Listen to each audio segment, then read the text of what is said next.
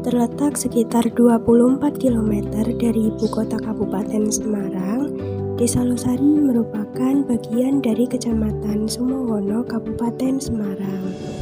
Secara geografis, luas Desa Losari sebesar 293,71 hektar.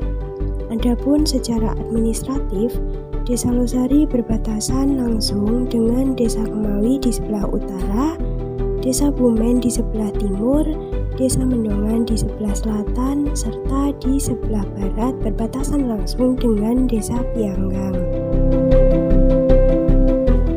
Desa Losari terbagi menjadi 4 dusun yang terdiri atas Dusun Losari, Dusun Kalidukuh, Dusun Kaliliseng, dan Dusun Bantir.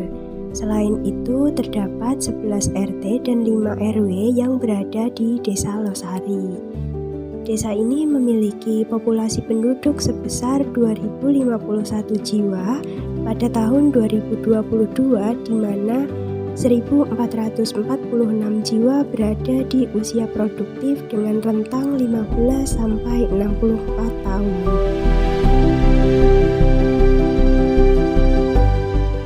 Prasarana umum yang dimiliki Desa Losari diantaranya terdapat madrasah sebanyak 2, 1 sekolah dasar yang berstatus negeri dan telah terakreditasi.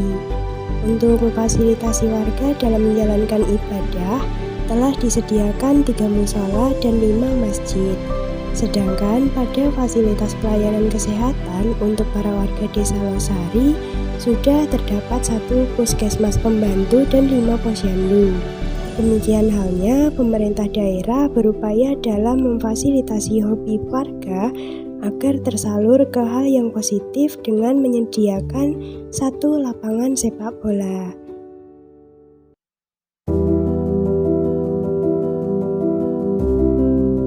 Desa Losari juga memiliki potensi wisata cukup banyak, yang mana diharapkan dapat membantu meningkatkan nilai perekonomian masyarakat Desa Losari.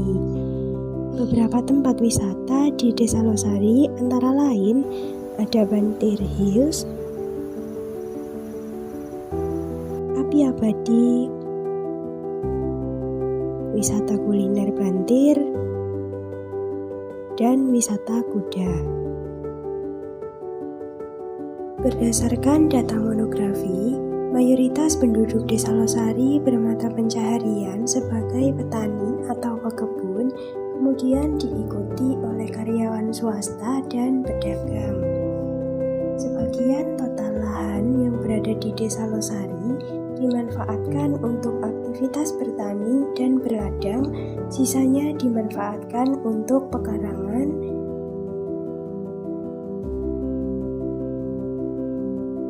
tegalan,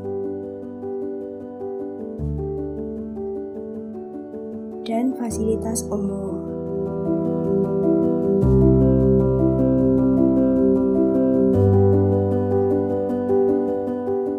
UMKM unggulan dari Desa Losari berupa jenang, namun tidak menutup kemungkinan olahan sayuran dan buah-buahan yang tersedia di Desa Losari dapat berpotensi menjadi produk UMKM unggulan yang berdaya saing ke depannya.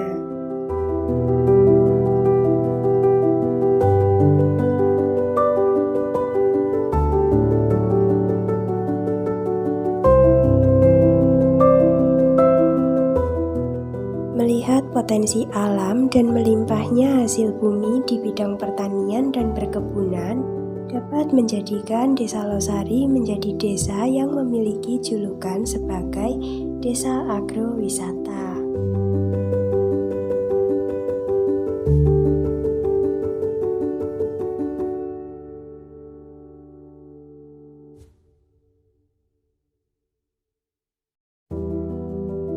Potensi perkebunan dan pertanian yang melimpah telah mendorong masyarakat untuk mewujudkan sistem pemasaran hasil pertanian dan perkebunan yang dimilikinya.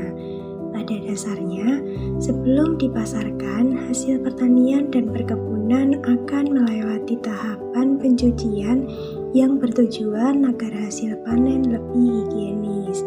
Namun, dalam upaya pelaksanaannya, tidak jarang para petani menemui beberapa kendala. Salah satunya ialah minimnya keberadaan alat pencucian hasil pertanian dan perkebunan. Maka dari itu, kami dari tim 8 KKN tematik Undip merancang alat pencuci hasil pertanian dan perkebunan yang lebih efisien dan efektif untuk membantu memaksimalkan potensi pertanian dan perkebunan yang dimiliki oleh Desa Lesari. Desa Losari merupakan desa yang memiliki banyak potensi di bidang pertanian dan perkebunan, sehingga apabila keduanya dikombinasikan dengan baik, maka akan berpeluang menjadi desa agrowisata baru di Indonesia. Oleh karena itu, diperlukan rencana pengembangan desa agrowisata tersebut dalam bentuk master plan. Pengembangan desa menjadi objek agrowisata merupakan salah satu pengembangan wisata yang dapat memperkenalkan potensi-potensi bidang atau sektor pertanian dari suatu desa. Dalam hal ini, pengembangan agrowisata harus mengetahui secara detail terkait karakteristik, kelebihan, dan kelemahan tersebut, sehingga pengembangan dapat sesuai dengan daya tarik yang akan dijual. Dalam hal ini, penduduk lokal dapat ikut serta dalam pengembangan desa wisata sehingga dapat dijadikan subjek dalam pengembangan wisata. Agrowisata yang menghadirkan aneka tanaman dapat memberikan manfaat dalam perbaikan kualitas iklim mikro, menjaga siklus hidrologi, mengurangi erosi, melestarikan lingkungan, dan memberikan desain lingkungan yang estetis bila dikelola dan dirancang dengan baik. Dengan berkembangnya agrowisata di suatu daerah, khususnya di Desa Losari, akan memberikan manfaat untuk peningkatan pendapatan masyarakat dan pemerintah. Dengan kata lain, bahwa fungsi pariwisata juga dapat dilakukan dengan fungsi budidaya pertanian dan fungsi konservasi. Pengembangan agrowisata dapat difungsikan sebagai pemberdayaan masyarakat selaras dengan pemberdayaan masyarakat berbasis pariwisata.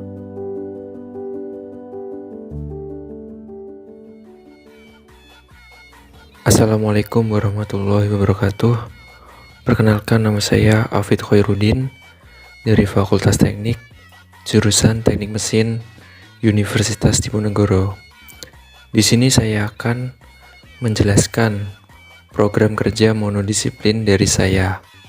Program kerja yang pertama dari saya yaitu adalah alat fogging mini, di mana tujuan dari proker ini yaitu untuk memberantas hama pertanian dengan cara pengasapan, kemudian untuk memberantas nyamuk, dan memberikan pengenalan dan pembuatan alat fogging mini kepada kelompok tani Desa Losari. Berikut alat dan bahan yang saya gunakan untuk membuat alat tersebut, di mana yang pertama ada gas torch, semprotan burung, pipa tembaga, BBM solar, paralon, pestisida cair, dan potongan besi. Kemudian ini adalah desain dari alatnya. Untuk cara pembuatan alatnya cukup mudah, yaitu yang pertama, bentuk pipa tembaga menjadi bentuk spiral, kemudian sambungkan dengan potongan besi yang akan menempel dengan gas torch menggunakan las. Selanjutnya, bentuk pipa paralon menjadi rangka yang menopang dan menyambungkan antara semprotan burung dan gas torch. Kemudian, klem rangka paralon dengan gas torch dan semprotan burung agar menempel dan mudah dibawa. Yang terakhir yaitu sambungkan semprotan burung dengan pipa tembaga. Ini adalah gambar alat yang sudah jadi, kemudian gambar saat percobaan di depan warga dan saat penyampaian kepada warga. Untuk cara penggunaannya yaitu, yang pertama, campurkan BBM solar dengan pestisida cair dengan perbandingan 3:1 dan masukkan ke wadah semprotan burung. Lalu nyalakan gas torch sampai keluar api, kemudian memanaskan pipa tembaga. Lalu setelah sekitar 1 menit, pencet semprotan burung sehingga bahan bakar akan keluar melalui pipa tembaga dan akan keluar asap. Yang terakhir, ketika asap kurang atau tidak keluar lagi, semprotan burung bisa dipencet lagi secukupnya.